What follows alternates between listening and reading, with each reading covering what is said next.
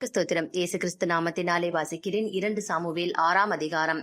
பின்பு தாவீது இஸ்ரவேலர் எல்லாருக்குள்ளும் தெரிந்து கொள்ளப்பட்ட 30,000 பேரை கூட்டி கேருபீன்களின் நடுவே வாசமாயிருக்கிற சேனைகளையுடைய கர்த்தரின் நாமம் தொழுது கொள்ளப்படுகிற தேவனுடைய பெட்டியை பாலை யூதாவிலிருந்து கொண்டு வரும்படி அவனும் அவனோடிருந்த அந்த ஸ்தலத்தாரும் எழுந்து போய் தேவனுடைய பெட்டியை ஒரு புது ரதத்தின் மேல் ஏற்றி அதை கிபியாவில் இருக்கிற அபினதாபின் வீட்டிலிருந்து கொண்டு வந்தார்கள். அபினதாபின் குமாரராகிய ஊசாவும் அகியோவும் அந்த புது ரதத்தை நடத்தினார்கள். அவர்கள் தேவனுடைய பெட்டியை ஏற்றி அதை கிபியாவில் இருக்கிற அபினதாபின் வீட்டிலிருந்து நடத்தி கொண்டு வருகிற போது அகியோ பெட்டிக்கு முன்னாலே நடந்தான். தாவீதும் இஸ்ரவேல் சந்ததியார் அனைவரும் தேவதாரு மரத்தால் பண்ணப்பட்ட சகலவித கீத வாத்தியங்களோடும் சுரமண்டலம், தம்புரு, மேளம், வீணை, கைத்தாளம் ஆகிய இவைகளோடும் கர்த்தருக்கு முன்பாக ஆடிப்பாடிக்கொண்டு போனார்கள். அவர்கள் நாகோனின் களம் இருக்கிற இடத்துக்கு வந்தபோது மாடுகள் மிரண்டு பெட்டியை அசைத்தபடியினால் ஊசா தேவனுடைய பெட்டியினிடமாய் தன் கையை நீட்டி அதை பிடித்தான். அப்பொழுது கர்த்தருக்கு ஊசாவின் மேல் கோபம் மூண்டது. அவனுடைய துணிவு நிமித்தம் தேவன் அங்கே அவனை அடித்தார். அவன் அங்கே தேவனுடைய பெட்டி அண்டையில் செத்தான். அப்பொழுது கர்த்தர் ஊசாவை அடித்ததின் நிமித்தம் தாவீது விசனப்பட்டு அந்த ஸ்தலத்திற்கு இந்நாள் மட்டும் வழங்கி வருகிற பேரேஸ் ஊசா என்னும் பெயரிட்டான். தாவீது அன்றைய தினம் கர்த்தருக்கு பயந்து கர்த்தருடைய பெட்டி என்னிடத்தில் வருவது எப்படி என்று சொல்லி அதை தன்னிடத்தில் தாவீதின் நகரத்தில் கொண்டு வர மனதில்லாமல் கித்தியனாகிய ஓபேத் ஏதோமின் வீட்டிலே கொண்டு போய் வைத்தான்.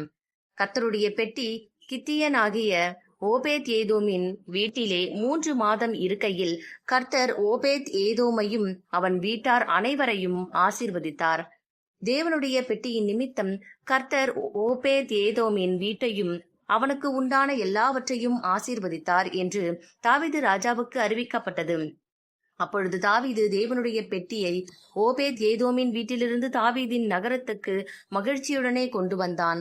கர்த்தருடைய பெட்டியை சுமந்து போகிறவர்கள் 6 தப்படி நடந்தபோது மாடுகளையும் கொழுத்த ஆட்டுக்கடாக்களையும் பலியிட்டான்.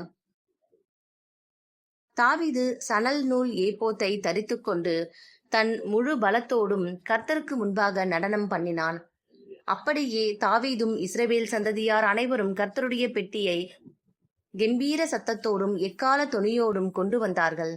கர்த்தருடைய பெட்டி தாவீதின் நகரத்துக்குள் பிரவேசிக்கிற போது சவுலின் குமாரத்தியாகிய மீகால் பலகனி வழியாக பார்த்து தாவீது ராஜா கர்த்தருக்கு முன்பாக குதித்து நடனம் பண்ணுகிறதைக் கண்டு தன் இருதயத்திலே அவனை அவமதித்தாள்.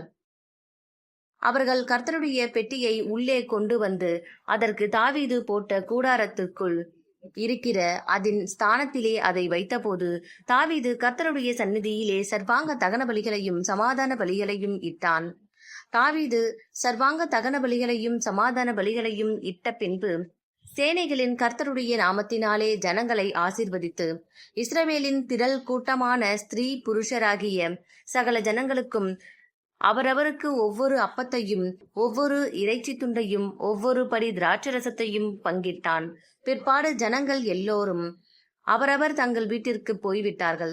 தாவீது தன் வீட்டாரை ஆசிர்வதிக்கிறதற்கு திரும்பும் போது சவுலின் குமாரத்தியாகிய மீகால் தாவீதுக்கு எதிர்கொண்டு வந்து அற்ப மனுஷரில் ஒருவன் தன் வஸ்திரங்களை கழற்றி போடுகிறது போல இன்று தம்முடைய ஊழியக்காரருடைய பெண்களின் கண்களுக்கு முன்பாக தம்முடைய வஸ்திரங்களை உரிந்து போட்டிருந்த இஸ்ரவேலின் ராஜா இன்று எத்தனை மகிமைப்பட்டிருந்தார் என்றாள்.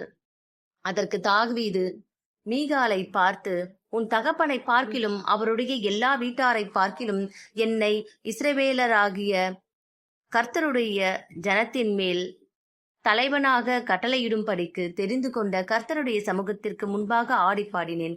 இதை பார்க்கிலும் இன்னும் நான் நீசனும் என் பார்வைக்கு அற்பனும் ஆவேன். அப்படியே நீ சொன்ன பெண்களுக்கும் கூட மகிமையாய் விளங்குவேன் என்றான்.